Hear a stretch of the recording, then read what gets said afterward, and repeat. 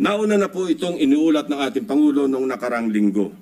Nang banggitin niya ang mga items na pare-pareho ang contract cost sa kabila ng pagkakaiba-iba ng specs, disenyo at haba ng proyekto. Panoorin po natin ang video. Pag sinabi, may 50 project, pare-pareho, 150 million lahat. Pare-pareho lahat. Imposible yan.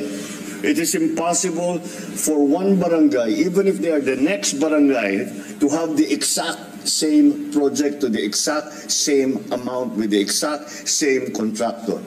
Imposible yan. Sa parlance po na ang nakakaalam lamang ay ang mga kasali sa gulangan sa pondo. Ito po ang tinatawag na distinct.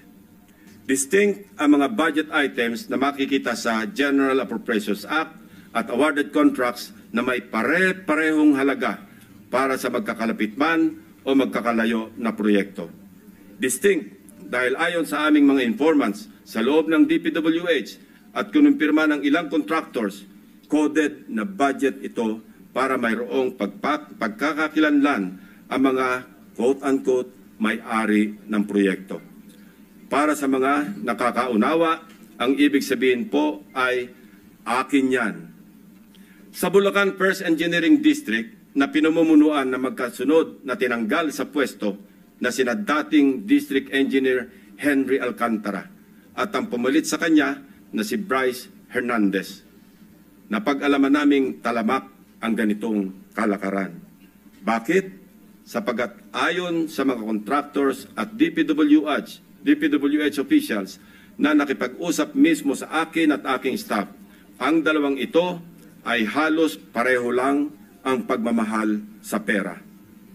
Napabalita pa nga kamakailan na ang isa sa kanila ay nakakapagpatalo ng 100 milyon sa isang kasino dito sa Metro Manila. Mr. President, sa District Engineering Office na ito, sa ilalim ng pamumuno ng dalawang nabanggit na opisyal, para sa taong 2024, 28 proyekto ang pare-pareho ang pondo kahit magkakaiba ang specs, disenyo at haba. Distinct. Babalikan po natin, Mr. President, mamaya ang lalawigan ng Bulacan na aming maituturing na pinaka-notorious pagdating sa anomalya ng flood control projects base sa aming mga findings. Unahin muna natin ang kaso ng questionabling flood control project sa lalawigan ng Pampanga.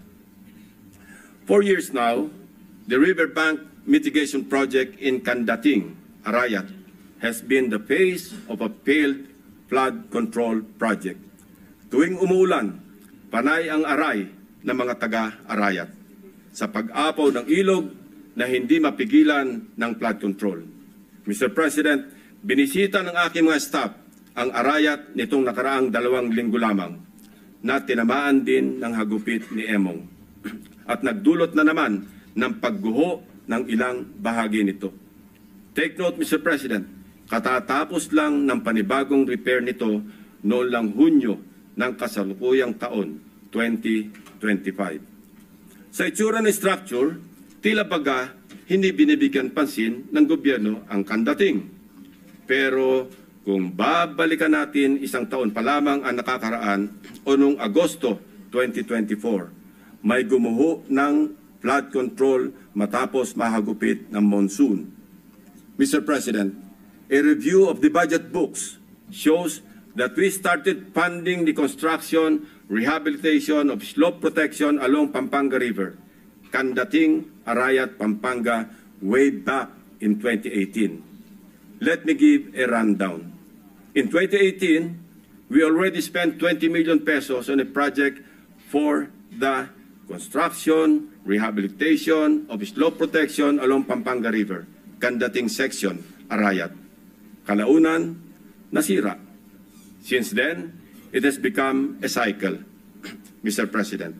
We used the people's tax money to repair it in 2023 for a contract price of 91.6 million pesos.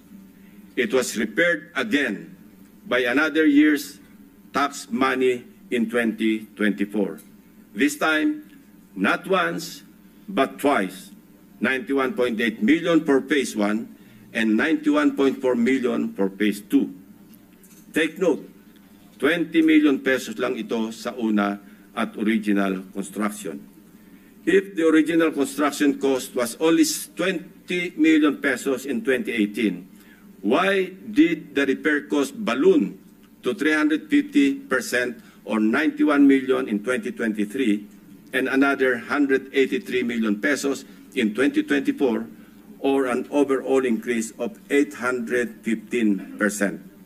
Aba, at nawili na ang funder ng Edmarie Construction na siyang palaging nananalong contractor sa Kandating, Arayat, Pampanga noong 2023 at 2024. Naglagay pa ulit ng 100 million pesos ngayong taon.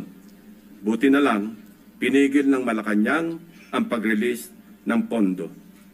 Distinct then, but in a very distinct way. As I mentioned earlier, all of these were awarded to the same mighty contractor, Edmarie Construction and Trading. In total, Edmarie bagged 274.8 million pesos in taxpayers' money for the rehabilitation and repair of Kandating na tila hindi nagsasawa sa kare-repair. Hindi lang po yan ang issue ng Edmarie.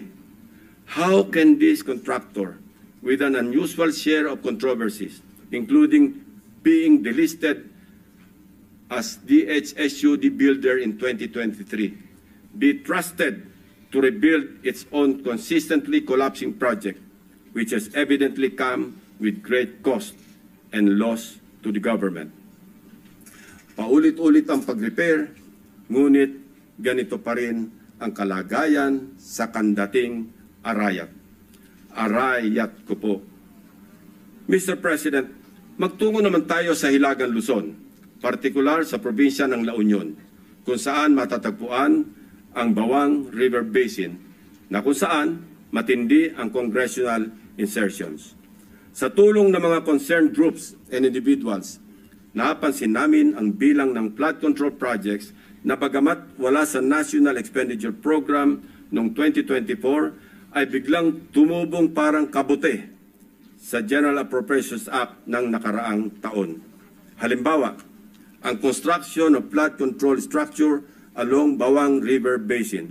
2 items lamang na may tig 50 million pesos ang nakalaan sa bahagi ng Nagilian. Samantalang, ang bayan ng Bawang ay wala pong proyekto sa National Expenditure Program. Abracadabra, sa naipasang 2024 General Appropriations Act, nagkaroon ng 10 items na nahahati mula Package 1 hanggang Package 10 na may tig 98 million pesos ang biglang umusbong para sa Nagilian. Sa kabuuan, ang 10 packages na ito ay umabot sa 967.4 million pesos.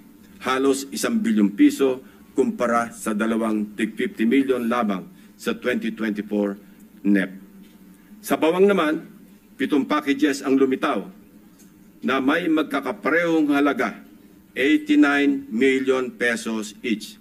Sa kabuuan, ito ay nagkakahalaga ng 623 million pesos mula zero budget sa NEP ng 2024.